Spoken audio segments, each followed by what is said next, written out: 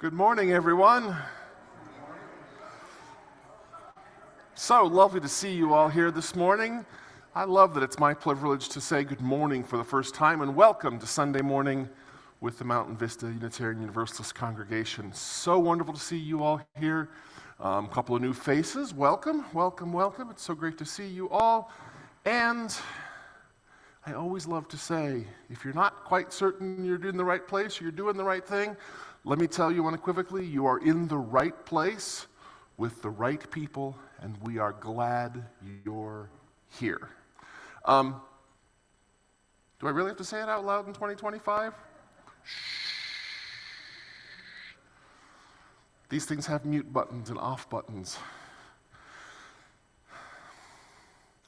April, of course, is the birth month of American composer, band leader, and all-round raconteur of music, Duke Ellington. I always love, well, I really need an excuse to play any Ellington, but this morning I attended a lecture not too long ago about this piece. It's called Black and Tan Fantasy. It's from about 1925, 26, I believe. And one musicologist spoke for a good hour or so about how the first opening statement of the melody that I'll play here in a second is reminiscent of the great song, The Palms, about Jesus riding into Jerusalem. And we celebrate, some people celebrate as Palm Sunday, which, by the way, is today, so happy Palm Sunday to those who celebrate. A good Passover, too, to everybody else who celebrates that. So this opening motive from this piece is reminiscent of Jerusalem from the great song, The Palms. Is that true? Was Ellington really thinking of the old song? Maybe. Maybe not. Or is it just an excuse to play a bit of Ellington on Palm Sunday? Either way, I'll take it.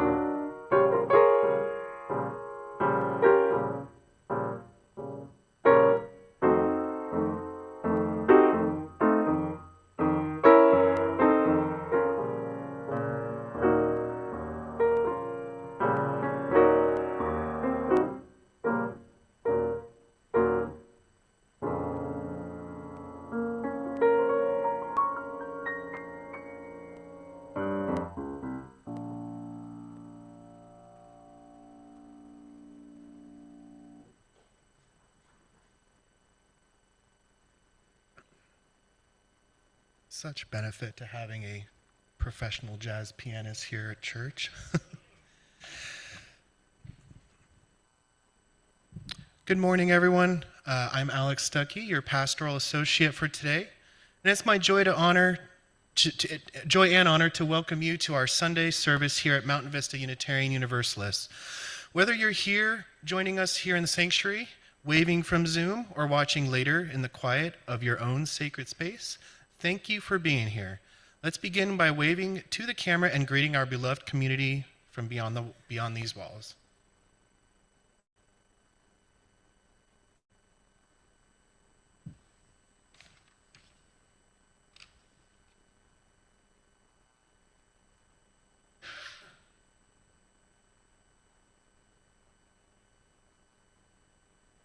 Additionally, as well, if you're on Zoom, feel free to stay for our social hour, which is hosted by Bill Killian. That starts 10 minutes after the service ends. Today we gather at a point of sacred convergence as the distinct and beautiful faiths of Christians, Jews, and pagans meet. As part of Lent, today is Palm Sunday for Christians. The Jewish celebration of Pesach over Passover has begun with its ancient story of liberation and resilience. And from ancient pagan traditions comes Ostara, goddess of the dawn, the rising sun, and the fertility of spring. Each of these traditions tells a story of renewal, of journeying and struggling through the unknown into a new beginning. Each invites us to remember what it means to be alive, awake, and part of the sacred rhythms of the earth, of different faith languages, and of this community where these languages speak the truth of our hearts.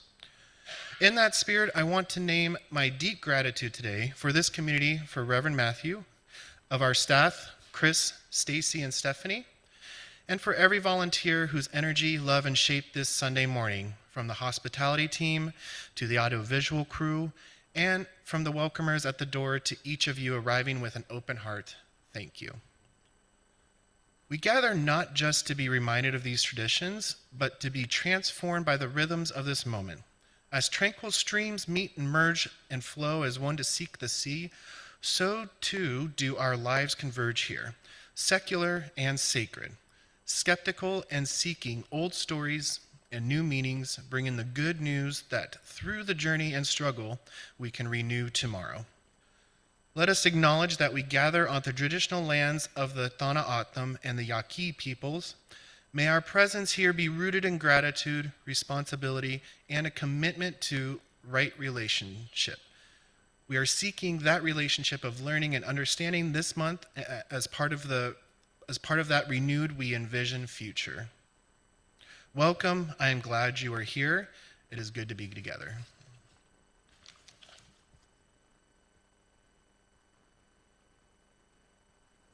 I'll be reading Bring the Good News for our chalice lighting. Share the good news at all times, if necessary, used words. St. Francis of Assisi, paraphrased. You are welcome here, so bring the good news. Through your beautiful and frail body, your voice is welcome here. So bring the good news. Through your marvelous and off-key singing, your vision is welcome here. So bring the good news through your creative and messy art. Bring your good news that all of us may share in it.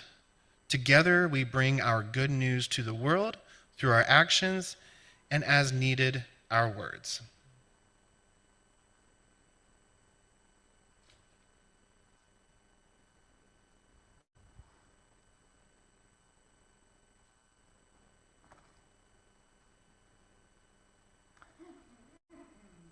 As you know, this is really the preaching to the choir moment.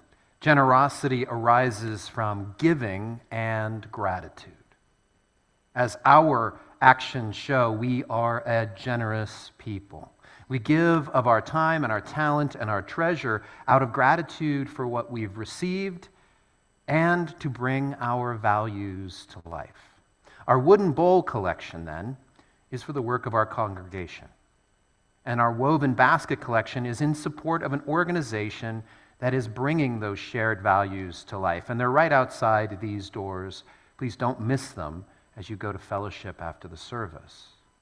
This month, we're collecting in that woven basket for 2 elementary schools of the Flowing Wells District, Hendricks and Laguna. Our collection buys backpacks and supplies for students and supports the hard work of teachers and administrators. But along with our collection, members and friends of our congregation are the tutors and the classroom assistants at Hendricks and at Laguna. If you're curious about getting involved in that way, you can talk with Chuck Tatum, who was here this morning but wasn't feeling well, and so he left. But please talk to Chuck if you're interested. All that you give, in the bowl or in the basket or with your time and with your talent, all of that is gratefully received, which, as you already know, is how we build our generosity. Thank you. And go Hawks, go Longhorns.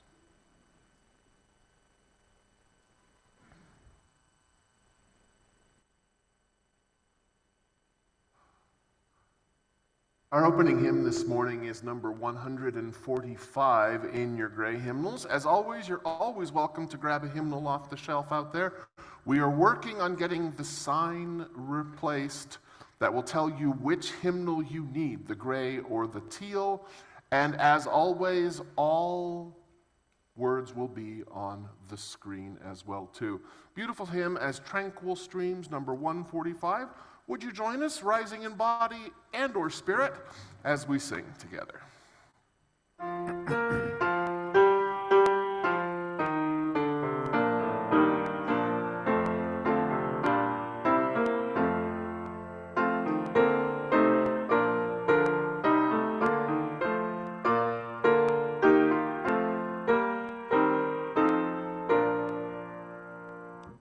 As tranquil streams that meet and merge and flow as one to seek the sea, our kindred hearts and minds unite to build the church that shall be free from the bonds that bind the mind to narrow thought and lifeless greed, free from the social code that fails to serve the cause of human need. A freedom that reveals the past, the cross, the dawning future, elevates the soul in search of truth, adventure, boldly and explore. Prophetic church, the future is liberating ministry. Forward in the power of love, proclaim the truth that makes us free. Please be seated.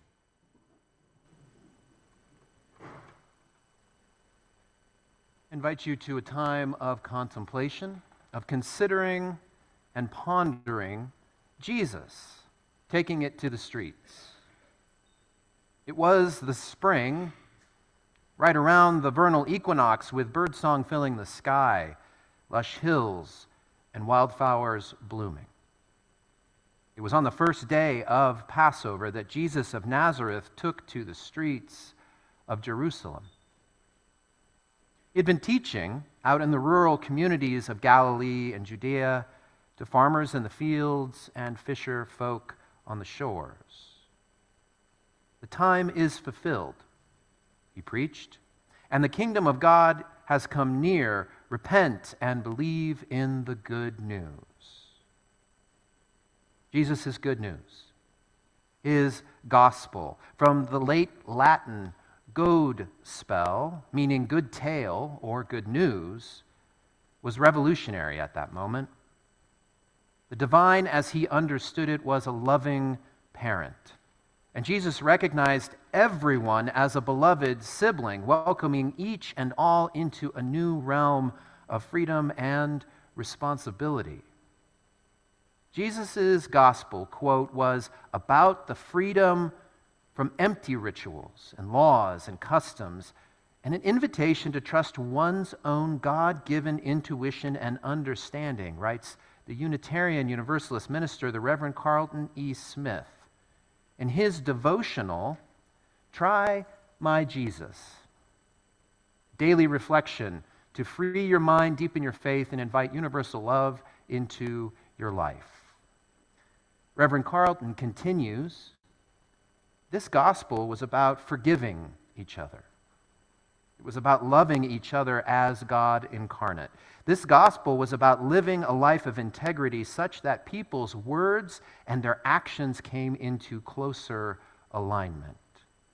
This gospel was about demonstrating the power that Jesus channeled through himself so that his followers could know their power. Jesus' gospel was revolutionary.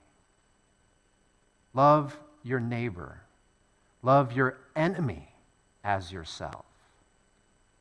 To the Romans, who oppressed and occupied the region where he lived for nearly 600 years, Jesus' good news was more than radical.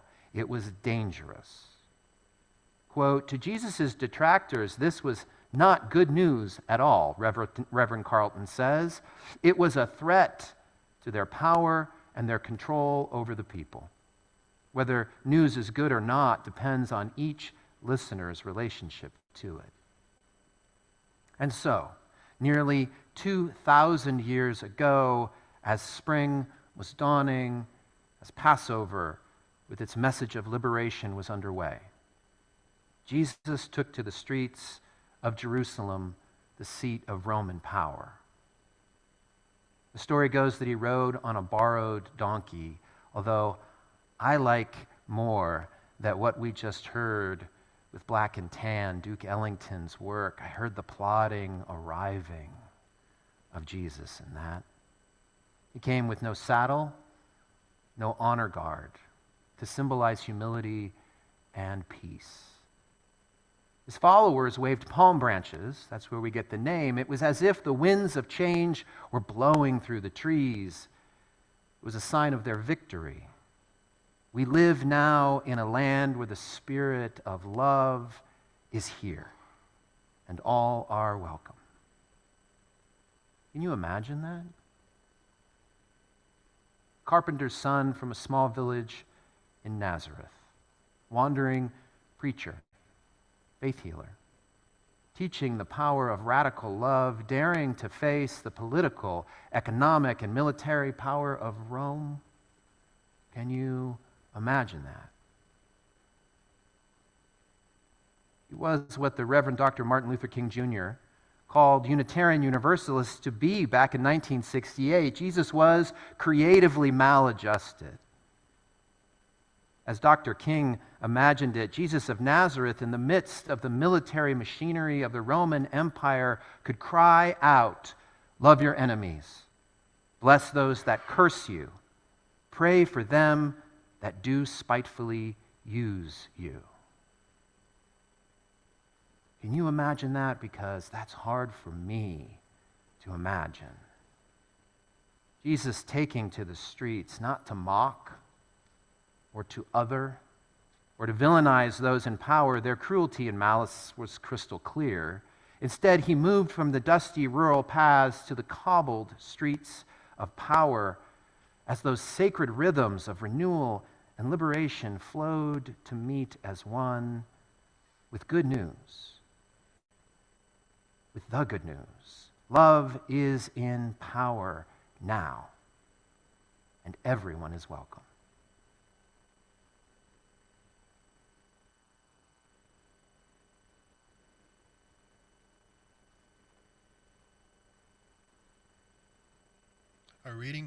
Our reading today is Waving the Palms by David O. Rankin.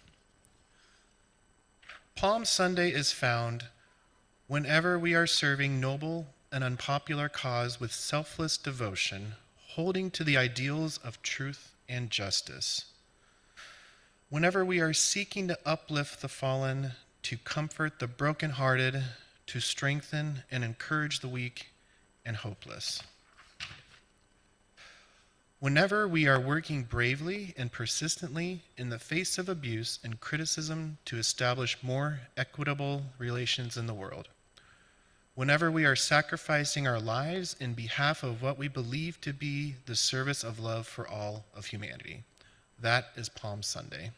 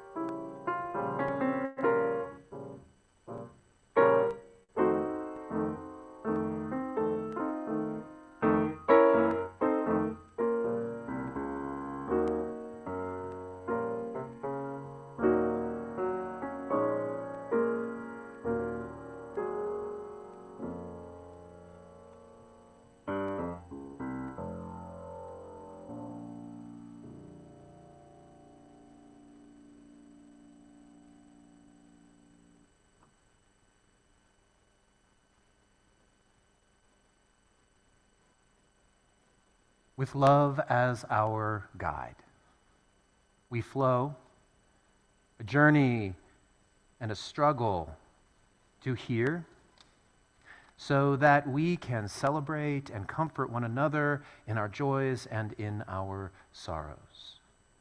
We pour out water, gathered from our Sonoran skies and from the taps in our homes. This is our community. And then we add stones of joy and of sorrow. We often do that with just silence, and then we have times where our pastoral care committee have been given permission to speak joys and sorrows. So we'll start with the joy of a birthday. John Clark is turning 92 years old today. And I think Reverend Matthew has a little song. I do have a little song familiar to some. John, it's... Wait, I was going to sing the wrong song. This is your birthday song. It isn't very long. Okay.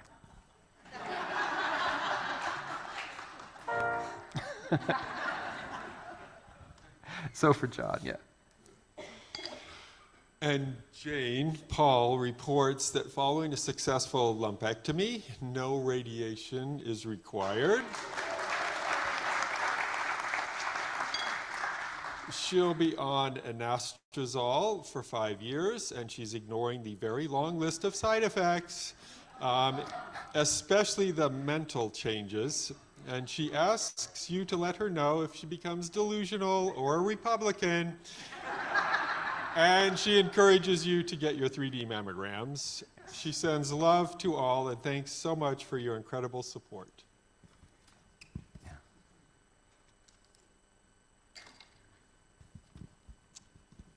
Joel shares joy and gratitude for Vince Pulowski's presence and work in our church community, especially with building and grounds.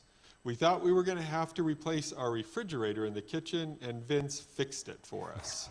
His time and talent is greatly appreciated. And my personal joy is in witnessing people as we've been in the streets the past 4 to 6 weeks. Actually, people from MVUU meeting each other and getting to know each other. Church is a great place to do that, but so are the streets. Please put some stones in for that.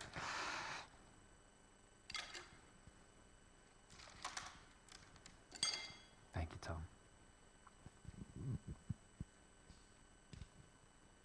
Joy, as I have been taught about it, comes from inside. Happiness is the external stuff. And the way to express joy most truly is not through words, but through laughter.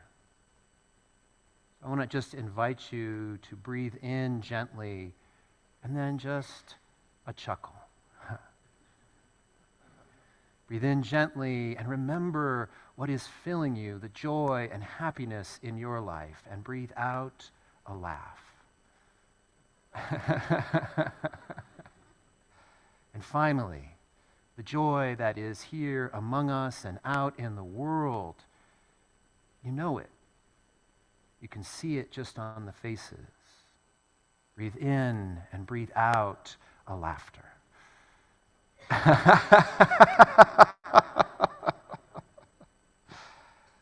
Know, too, that our breath, so important to every moment in our life, expresses our lamentations,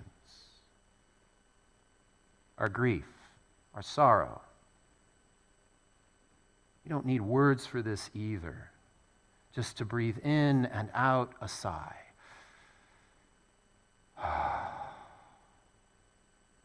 For the cruelty in the world.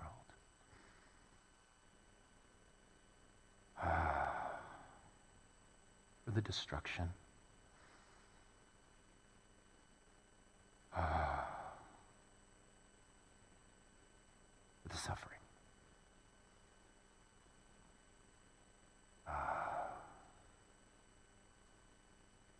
So many streams coming here, flowing with love as our guide through journey, through struggle. To be a community that we are in this moment of celebration and in comfort. May it be so now and in all of our days to come.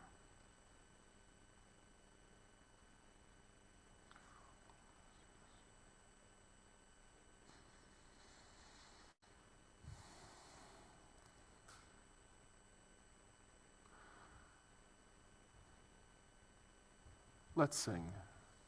Number 276 in the gray hymnal, O young and fearless prophet. I love reading and learning about Jesus because a very different person emerges when you read the gospel than when you hear about people who love to run around screaming about him in modern day culture. I always love when you ask what Jesus would do. Flipping tables and chasing people with whips is on that list. Let's stand and sing. 276 in our hymnals, O young and fearless prophet, and as always, on the screen.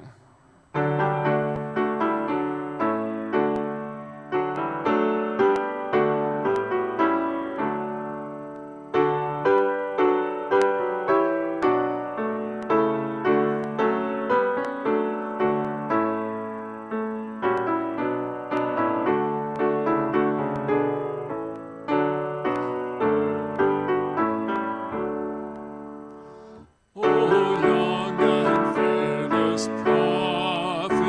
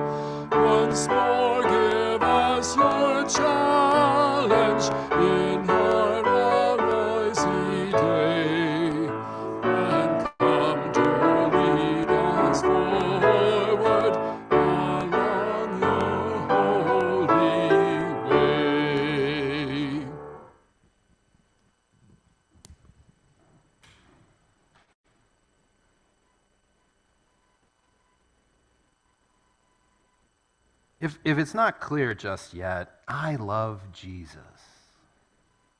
And not in a freaky way, co-opting him so he has to be white, or altering his message to moralize about the modern world, or even to put words in his mouth like, well, if you're rich, then you know then Jesus loves you. I love the Semitic man, who's described to have dark skin and hair like wool. Wandering preacher, teacher, and faith healer, who most likely owned nothing but the sandals on his feet and the clothes that he wore. I love the Jesus who would not know what to do with things like the internet or market capitalism or climate disruption, who never traveled further than 85 miles from his hometown, walking in sandals and clothes, which were pretty much the only thing that he owned.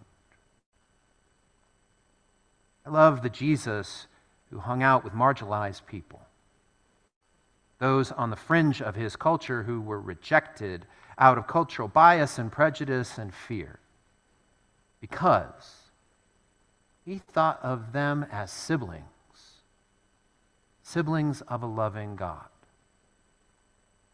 I love Jesus who we know very little of what he actually said and taught, except that loving one another and treating one another with love was the most important thing that we could do with our lives. I guess I kind of am a Jesus freak.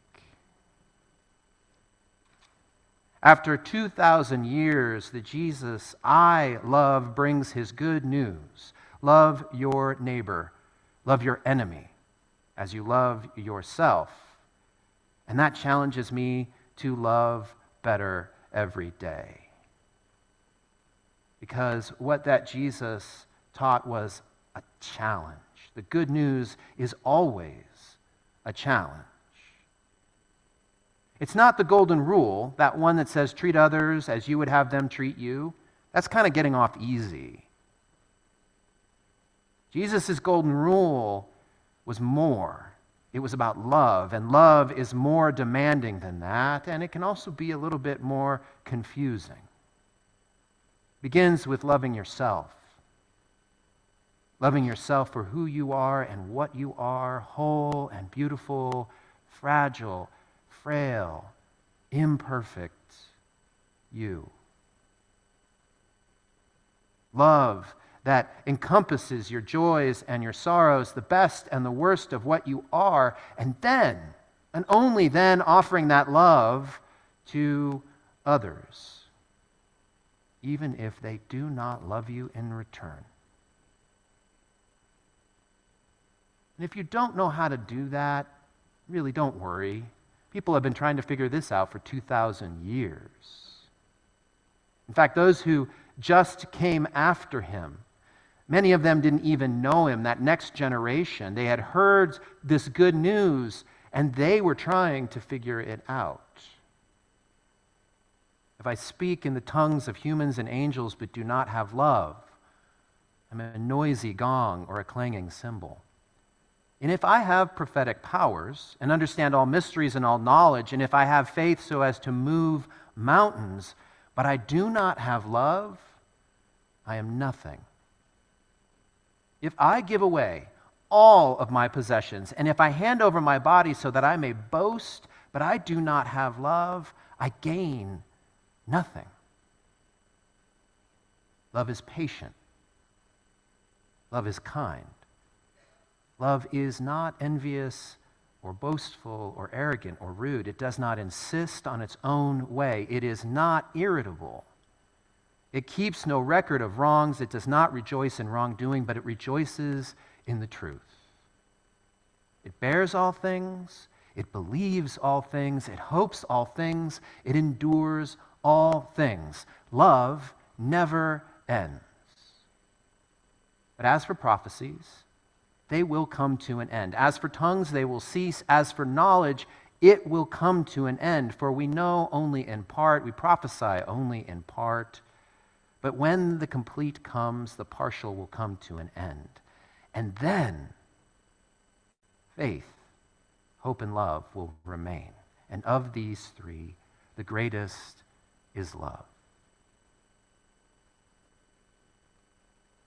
Written in a letter to the Christian church in Corinth about 50 years after Jesus was crucified by the state.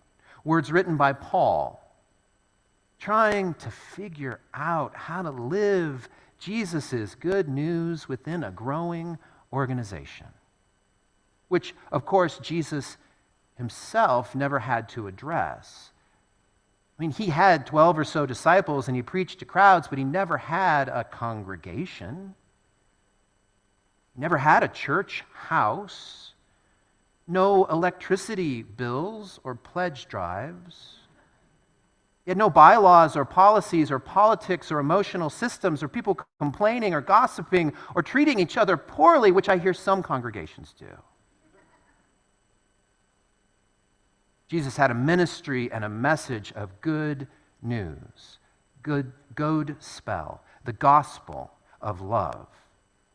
And the history of Christianity that flowed from this, it can be viewed as just human beings trying, and oftentimes failing, to live into it, to be God sibs, children of a loving God.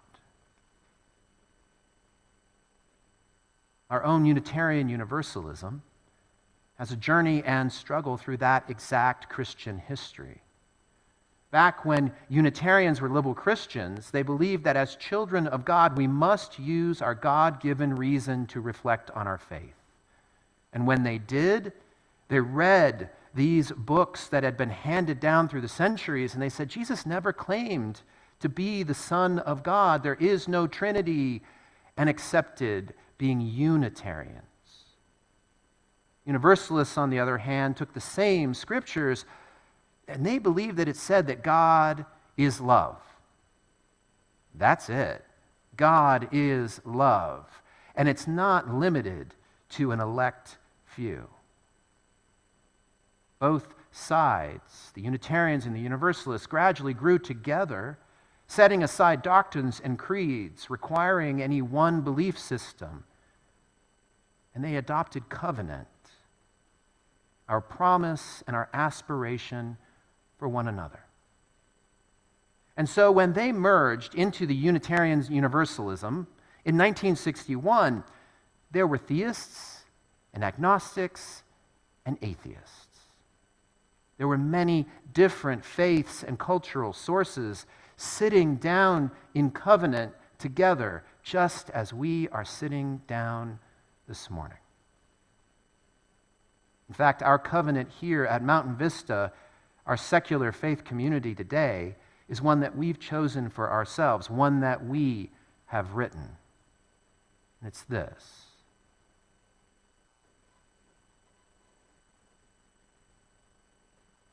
Oh, well, let's stop here.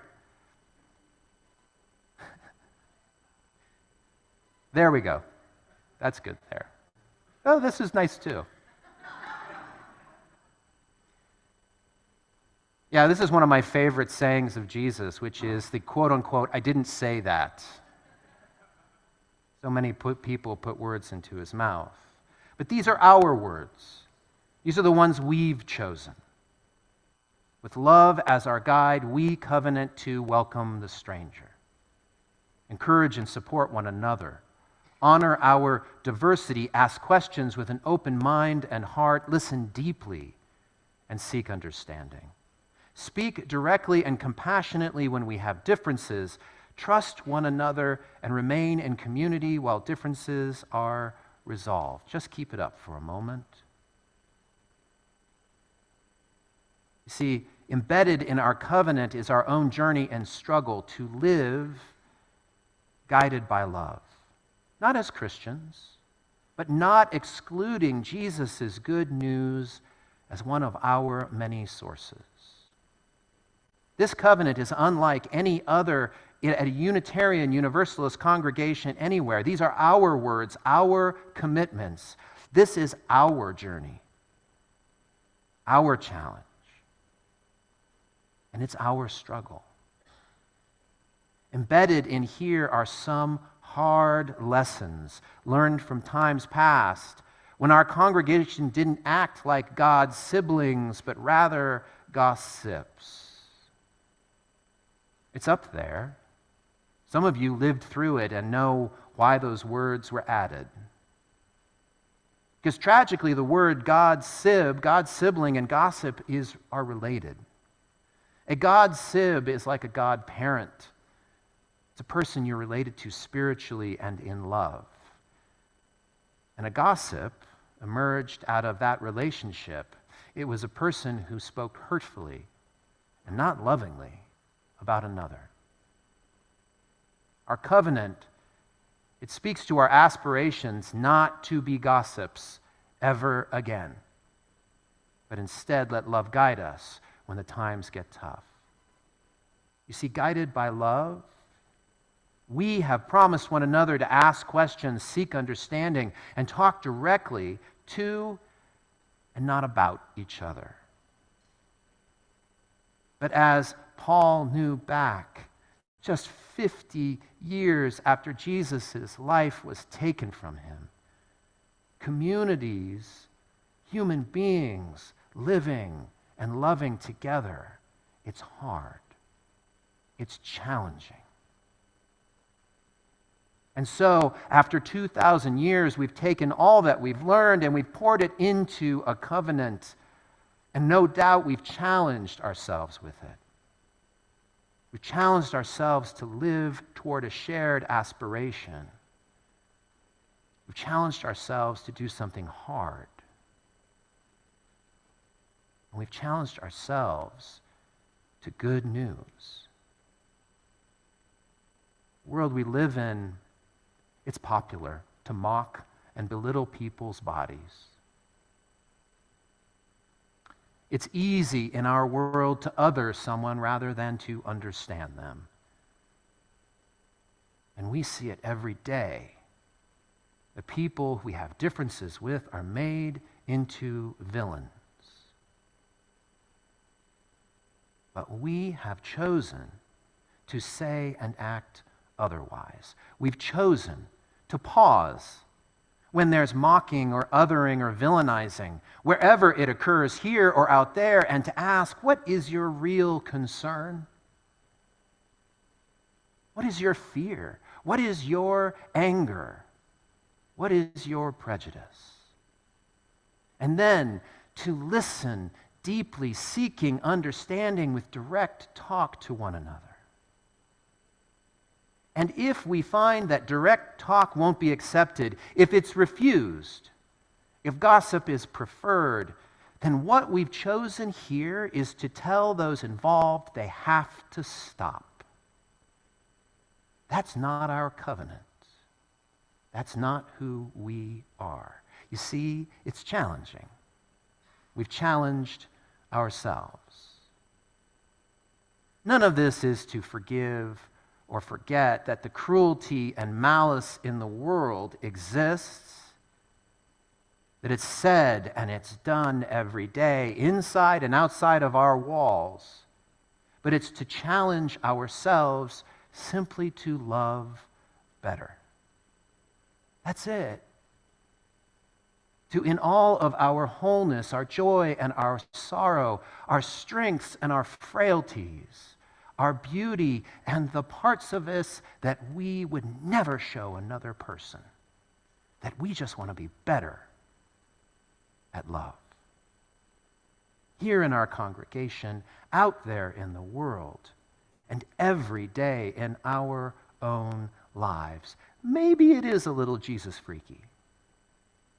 But after all this time, our long journey and our struggle to get here, this is our good news today, which means that it's actually UU freaky. It's MVUU freaky. It's been our choice through the past, up to this day. May this good news be our choice for the future.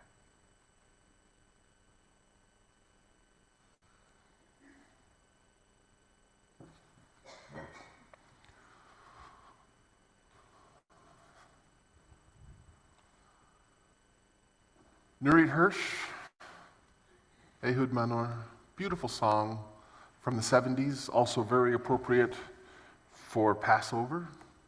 Soon the day will arrive, or Bashana Haba'ah in the original Hebrew. Number 146 in the Gray Hymnals, would you please join me?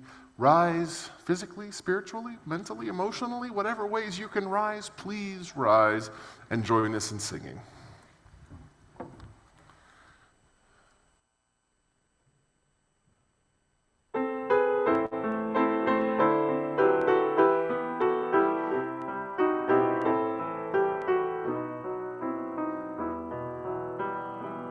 Soon the day will arrive when we will be together, and no longer will we live in fear. And the children will smile without wondering whether on that day thunderclouds will appear. Wait and see what a world there can be if we share, if we care, you and me. Wait and see what a world there can be if we share, if we care, you and me. Some have dreamed, some have died to make a bright tomorrow, and our vision remains in our hearts. Now the torch must be passed with new hope, not in sorrow, and a promise to make a new start. Wait and see what a world there can be if we share, if we care, you and me. Wait and see what a world there can be if we share, if we care, you and me.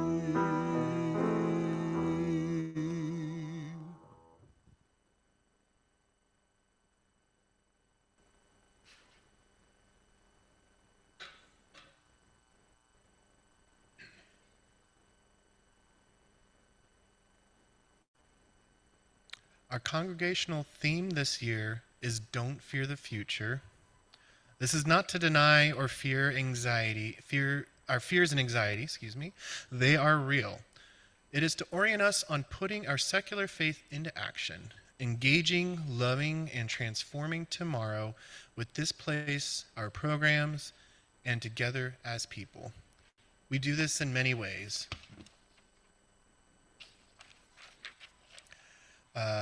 Our first announcement will actually be made by Robin. Oh, there she is. You're the first one. First is the best. If you guys like the sound of my voice as much as I do, have I got some good news for you? On the 19th, which is a Saturday at 6 p.m., the incredible Jane Paul and I will be bringing back our MVUU Cabaret. This year's theme is Showstoppers. So we're going to stop the show from start to finish. We've got special guests. It's going to be amazing. Several of you have already bought tickets, but don't worry. You can still come at the door. It's $30 suggested donation. If you don't have that and you still want to come, please come anyway. Donate what you can. Everything goes to the church. See you there.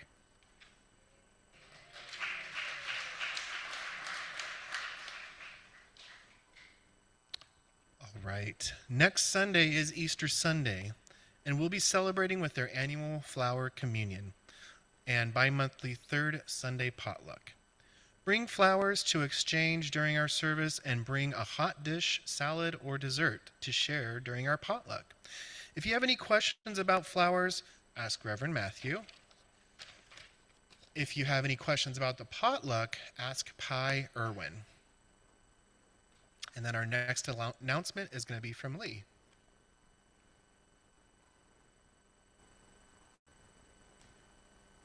So I'm here to invite you to come to Beyond the Binary. This is a conference happening on April 26th, 9 to 1:30. And to find out where it is, you will go on, use that QR code to sign up, and then a day or two before, you will get the instructions on where it is. You can join in person, or you will get the Zoom link if you select that you want to attend on Zoom.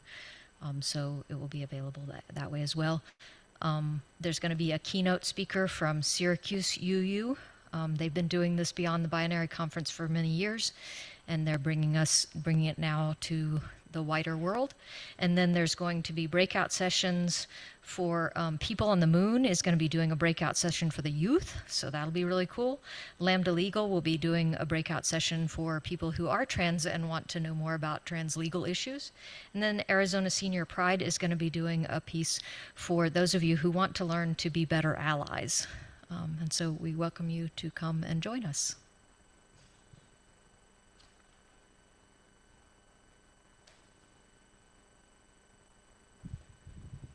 All right, for the releasing of the flame, Delighted and Renewed by Reverend Rebecca Savage.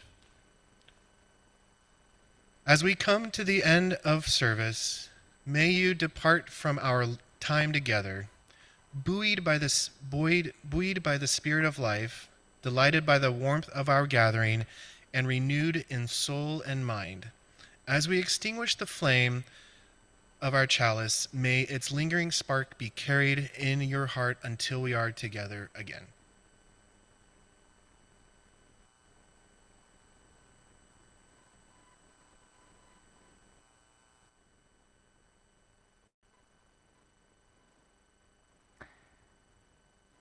Go